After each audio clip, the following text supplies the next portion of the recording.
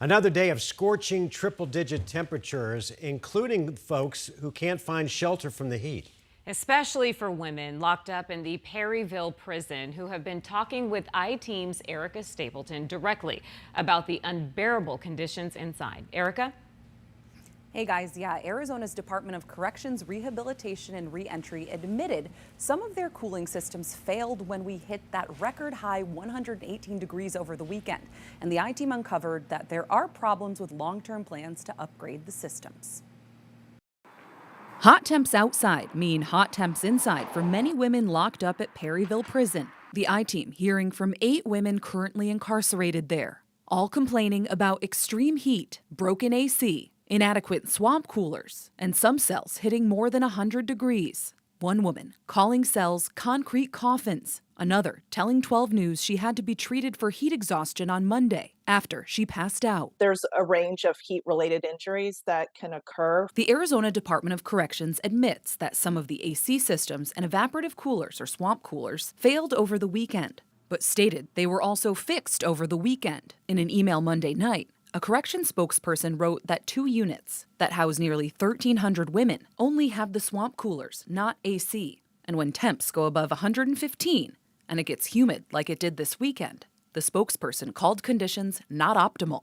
They say the average temp in cells during the heat wave is 85 degrees, but wouldn't tell us what the highest recorded temperature was. Several of the units at Perryville, I've been in them before, they're basically giant metal sheds. Corrine Kendrick is the deputy director of the ACLU's prison project. The swamp coolers do not provide the cooling that you need. Despite DOC saying things were fixed, many women told 12 News there were still issues on Monday and Tuesday, some saying they felt they couldn't escape the heat. When the I-Team shot video outside Perryville Tuesday morning, inmates were outside in triple-digit temps, some trying to get shade, others appearing to be part of a work crew. People who are in prison, they can't go to a cooling center. Air conditioning is not a luxury. Air conditioning is a lifesaver. The state knows this is an issue, allotting funds for upgrades at Perryville in the latest budget. State contract documents from May 2023 show the state picked a vendor to deliver 2 AC units to Perryville by June 30th. Over email, the corrections spokesperson said that didn't happen and they'd have to order new ones,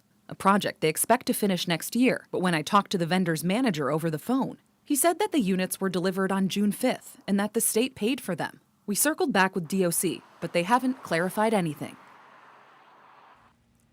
The Department of Corrections says it takes temperature checks twice a day. We've requested those logs for the month of July and are waiting on that request, guys. And when it comes to requests, what other challenges do you face when it comes to records? You know, we talked, as I said, with 8 of those women over email, but without prison records readily available, it's tough to verify every single claim that these women are making. But the bottom line is that every message I received is that it's hot in there and that there are problems when it comes to keeping things cool. All right, Erica, well, there are lots of layers to this issue. Why did the I-Team decide to even look into this? You know, not everyone has a connection to prisons, but those air conditioners we talked about at the very end there, according to state documents, cost more than $10,000. That's taxpayer money, and it's not clear whether it was actually spent or who dropped the ball there. Still a mystery, guys. All right, Erica, thank you.